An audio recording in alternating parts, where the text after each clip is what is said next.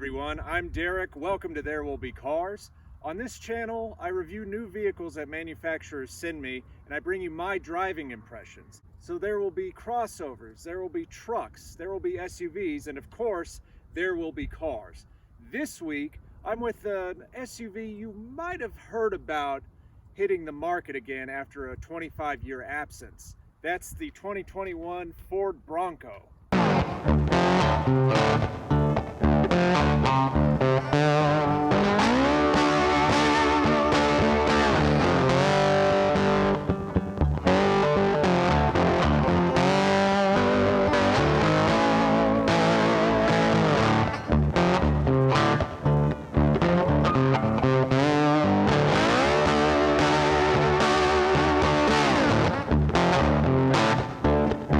Ford was very generous when it equipped the tester that it sent me to drive.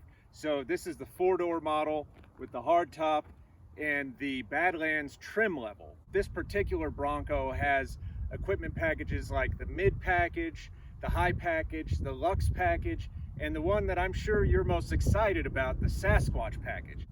Up front you have this really cool grille. I just love the looks of it, and the distinctive headlights, metal bumper, and then these heritage-inspired tie-down points. I don't know if you can see that from this angle, but it says max load 150 pounds.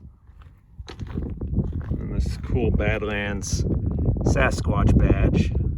There's a creature right there. These may seem like just plain black plastic mirror caps, and they are, more or less, but what's special about these is the fact that when you take the doors off, you still have your mirrors attached to the vehicle. This keypad is not the prettiest thing, but it's not supposed to be. It's supposed to be functional. And what I like about this setup is, yeah, if you want to go, swimming or whatever, and you don't want to take your keys with you or worry about hiding them somewhere, you don't have to take them with you at all. You can just lock the vehicle, and then when you want to get back in, just punch in your code. Got the sliders down there.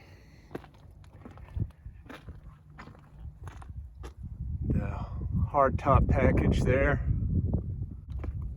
Pretty cool looking taillights, vertical swing gate handle.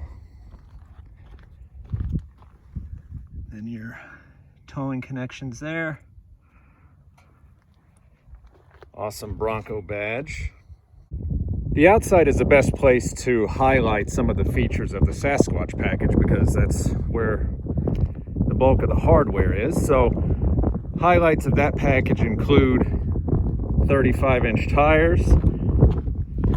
As you can see, my tester has beadlock capable wheels, high clearance suspension, and then what's not so visible are its front and rear locking differentials. Under the hood, it's a good news, bad news scenario. So the bad news is, as you know by now, I'm sure, is that you cannot get the new Bronco with a V8. But technically, you can get it with a full-size truck engine because the top-of-the-line engine so far is the 2.7-liter EcoBoost V6 that's also available in the Ford F-150. Now, if you want to make max power with this engine, you're going to need to feed it premium. And you don't even have to take off a cap or anything. It's just easy, quick fill. And then if you look a little closer, you see this little Bronco Heritage Easter egg. It is a hot one out here, so I'm especially happy to show you around the inside of the Bronco. Got the keyless entry. Take a look here. So, this has got a certain sort of visible grain to it, but, pretty soft to the touch. And you got this netting down here with this cool contrast orange. I like that. And then there's even these sort of grooves cut into the lock switch and the grab handle. You got the tread plates, which have been very well used. Manual seats. And one of many Bronco logos. I really like the contrast stitching, but also you can see a sort of, grain pattern to the seats as well. So makes them a little more interesting and dynamic. Unfortunately, there aren't any high-mounted grab handles, but there is this one here with more cool contrast orange right there. So you can grab this and kind of hoist yourself in, but you know, even with that, it's a little awkward. There is a very good reason that there isn't a high-mounted grab handle, and that's because there are airbags up here. Down here you have your hood latch release, electronic parking brake, and then your spotlights, and then all your lighting controls there. Then you've got a combo gauge cluster there. So you have the physical speedo needle, and then you've got the screen right there to the right of it with different readouts. Not making great gas mileage right now, but I've been doing some city driving, did a lot of idling recently and low speed off-roading, so those contribute to that, that low MPG figure there.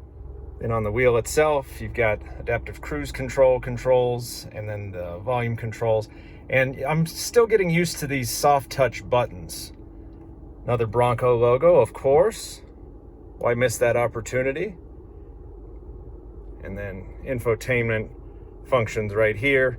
And then by going up and down here, I can change the readout of that far right menu.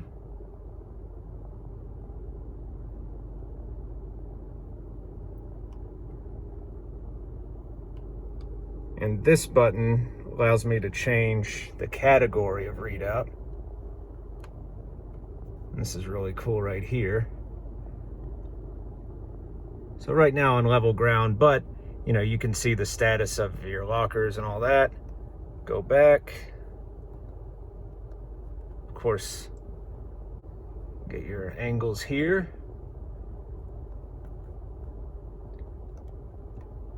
And you can see how the power is being routed.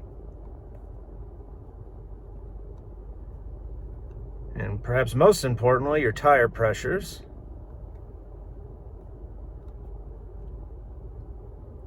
And then your other readouts right there.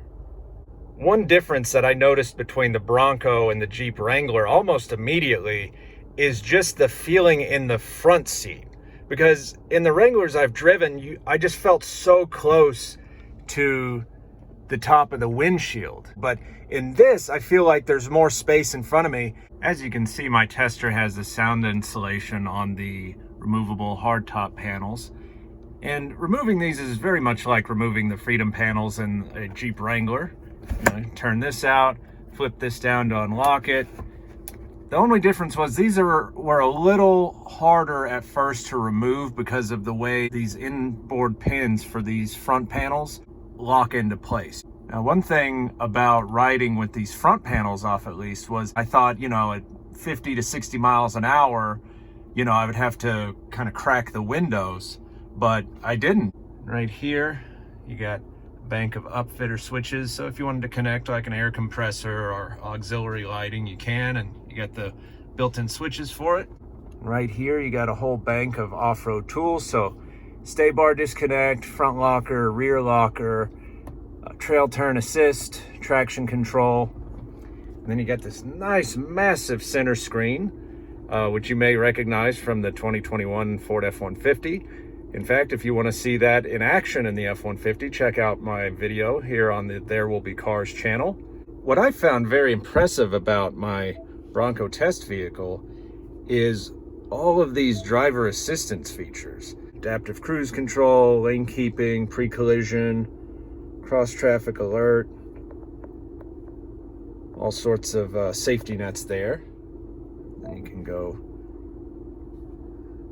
turn on zone lighting.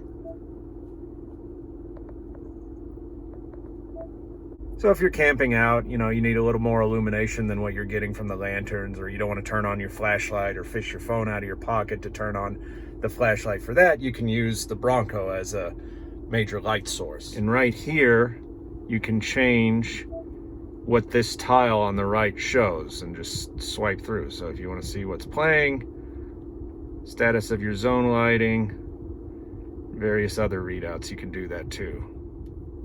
Some other highlights include mobile hotspot, always great. And then you've got, of course, Apple CarPlay and Android Auto. But a nice bonus is that they're wireless. Last night I was out with family and wanted to listen to some sentimental songs. So I pulled up CarPlay, pressed the icon for Spotify, and just played a whole, list of very meaningful songs. Down here, you've got your volume and tuning knobs, and then this camera button. So again, like the F-150, you got that wide shot there, overhead view, pretty clear resolution. And then you can change the feed. So now you got a really wide shot. Press that again. And then you get the panels right there. Then you can turn off the auto start stop. You got your parking sensors, track change, pause, all that. Big chunky knobs for HVAC, dual zone climate control.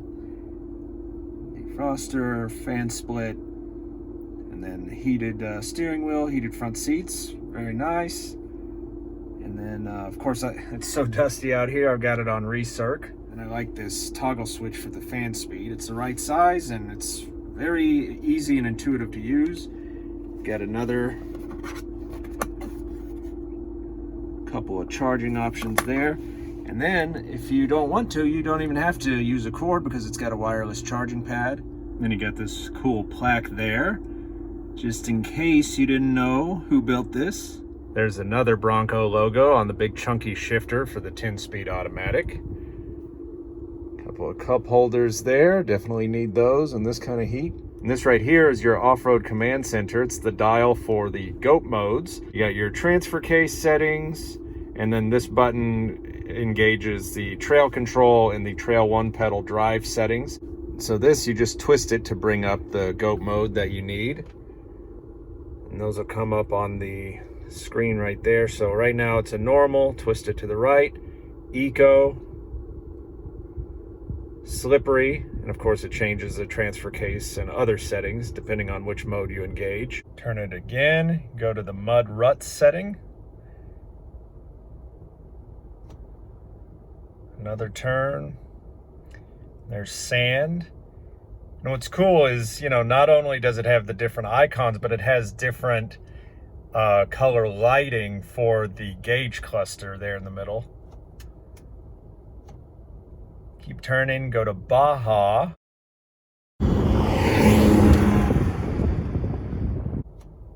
And then the final stage is rock crawl. Of course, you got to shift into 4 low for that. So I'll just pop it into neutral. And then it's automatically switching there. And then turns on the stay bar disconnect. They put the window controls in the center here, and the mirror controls as well, and you see more of these soft touch controls. And this center console has a pretty decent amount of room. Can put my sunglasses up here in this little sliding tray, and then pouch with receipts in the main compartment there. Let's test out the leg room in the back row. So you'll notice you got the center hump back here, and both rows have these rubber floor mats. In the front row in particular, they're still very slick. As you can tell, I have plenty of headroom above me. So I just left the driver's seat adjusted to my preferences.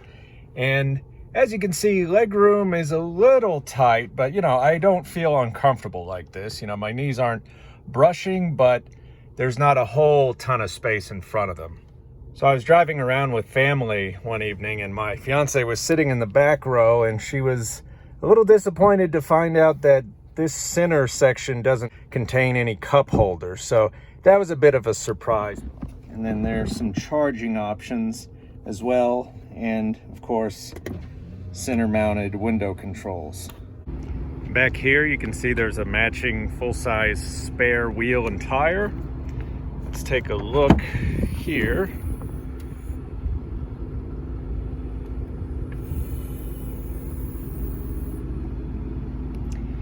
Ford was kind enough to throw in bags for storing the doors and everything in case you wanted to ride around doorless. As you can see, they take up a decent amount of room, but I had them piled up because we were coming back from a trip out of state, and was able to fit most of our luggage in the back, although I threw my hard-sided camera case in the second row just to make things a little easier, but I was able to fit almost everything back here. One surprise was this. Apparently this tester has lived a hard life already, because when I showed up and first got into this at the airport, I noticed that this had become detached from the rear heating element.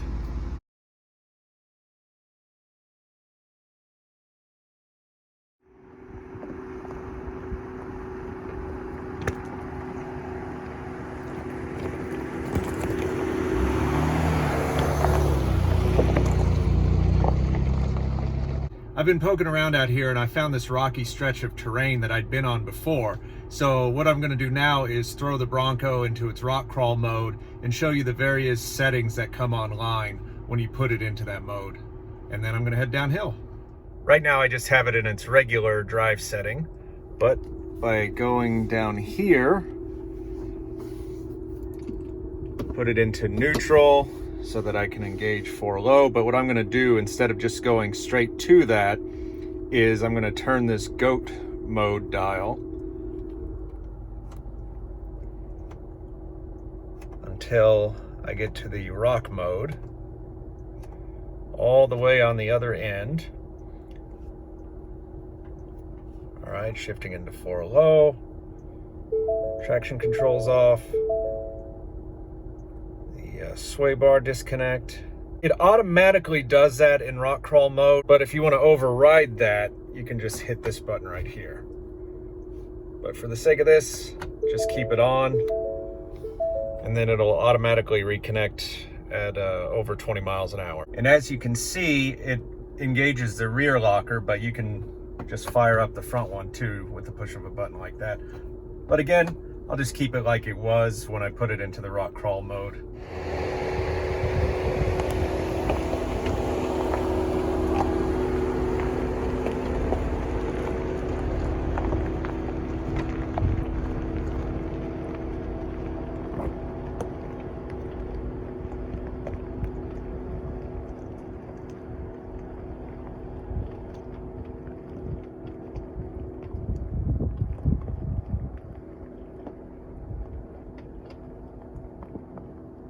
You'll have to bear with me if it gets a little loud and clunky in here.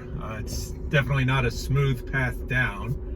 But that's one thing I have noticed about the Bronco, is that even when everything around you is shimmying and shaking, in the driver's seat, I feel pretty well planted. I don't feel like I'm being thrown around or bashed up or anything. The Bronco definitely takes the brunt of it all. So yeah, I have the rear locker on, stay bar disconnect as they call it. So I got a little more articulation up front.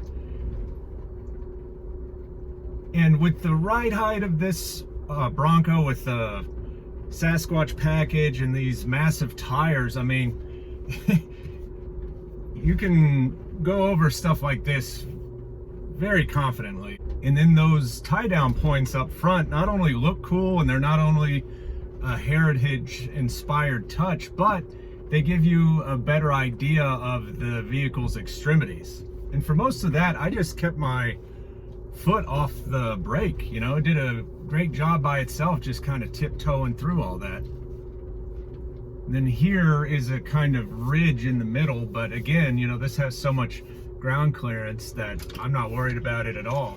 And even though I'm getting some forest pinstripes here and there, on this trail, this vehicle is, you know, pretty friendly size. I thought, oh man, I'm gonna really have to be mindful of the extremities and, you know, really kind of thread a needle in certain parts, but that hasn't really been the case for the most part.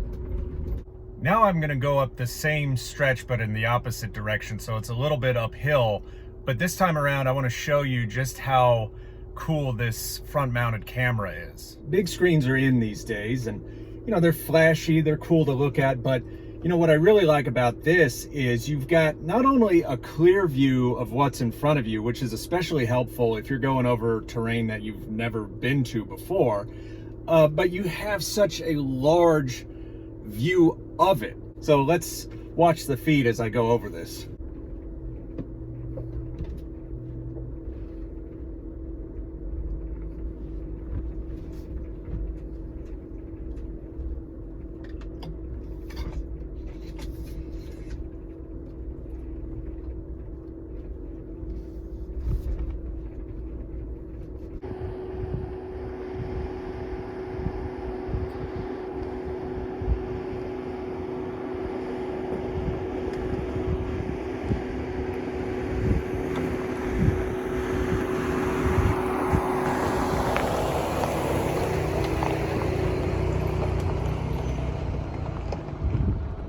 Being here gives me a chance to show you another cool feature on the Bronco, Trail Turn Assist. What it does is allow you to cut a tighter turn off-road. So, for instance, if you need to take a tight left turn, it'll lock the inside rear wheel and turn the outside rear wheel so that you can pivot around something. Right now I have the Bronco in its rock crawl mode, have drive engaged.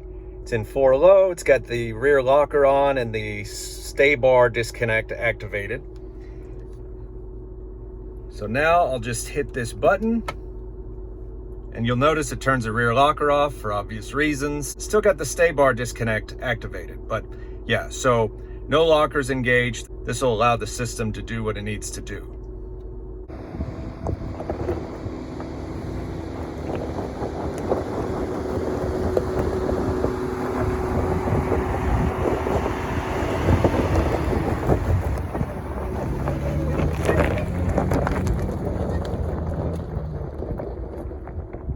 There are a few more off-road gizmos that I want to show you on the Bronco. So I'm going to press this button right here, and that brings up that alert trail control with trail one pedal drive. Trail one pedal drive allows you to just focus on your throttle inputs, because as soon as you lift off the gas, it'll bring the vehicle to a stop, and then you can keep going once you apply the throttle again. You don't have to worry about gas and brake if you're going over something difficult. That way you can focus even more on your line and your throttle application.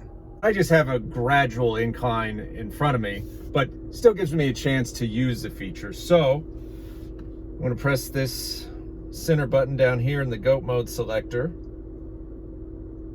All right. Trail one pedal drive active. Let my foot off the brake. Apply throttle.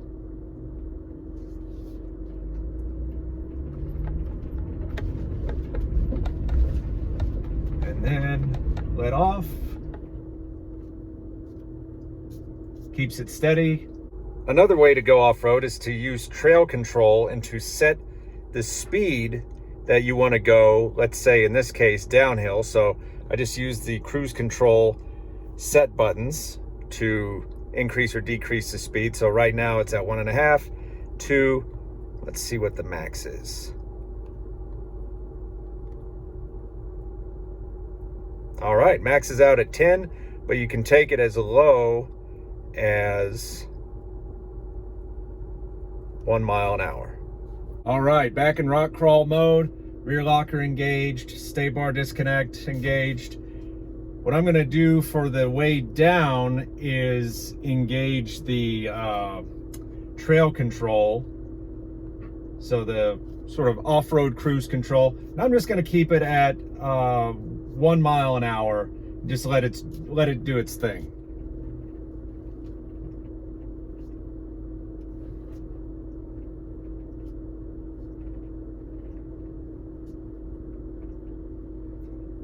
And this just adds to my impression of the Bronco being, yes, this very rugged utilitarian vehicle, but when it's equipped like this, I mean, this is a loaded Badlands Sasquatch package, mid-high packages.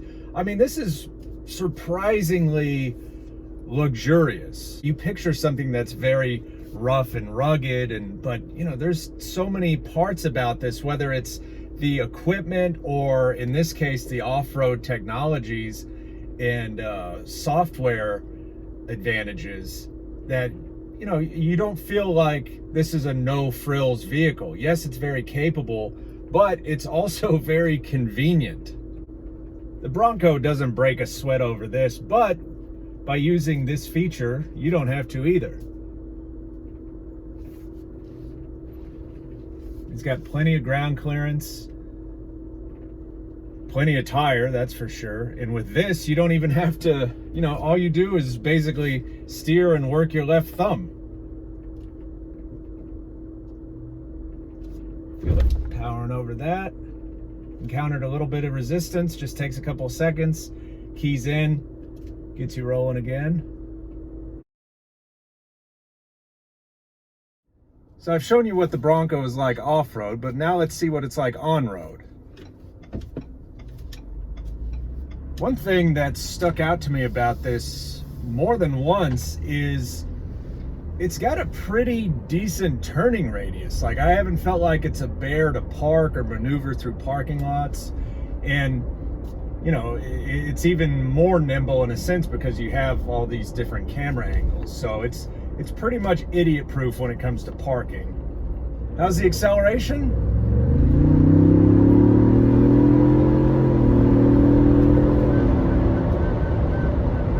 A little noisy at times, but not bad, not bad. It is definitely not a slouch. This 2.7 EcoBoost has plenty of power, can definitely get out of its own way. Although I will say you are constantly aware of just how much weight it has to deal with. That never leaves your mind. Thank you very much for watching my review of the 2021 Ford Bronco. If you liked what you saw, please go ahead and click the like button. And if you're not a subscriber to There Will Be Cars already, please go ahead and become one. I really enjoy bringing content to this channel, and I hope you're here to watch it.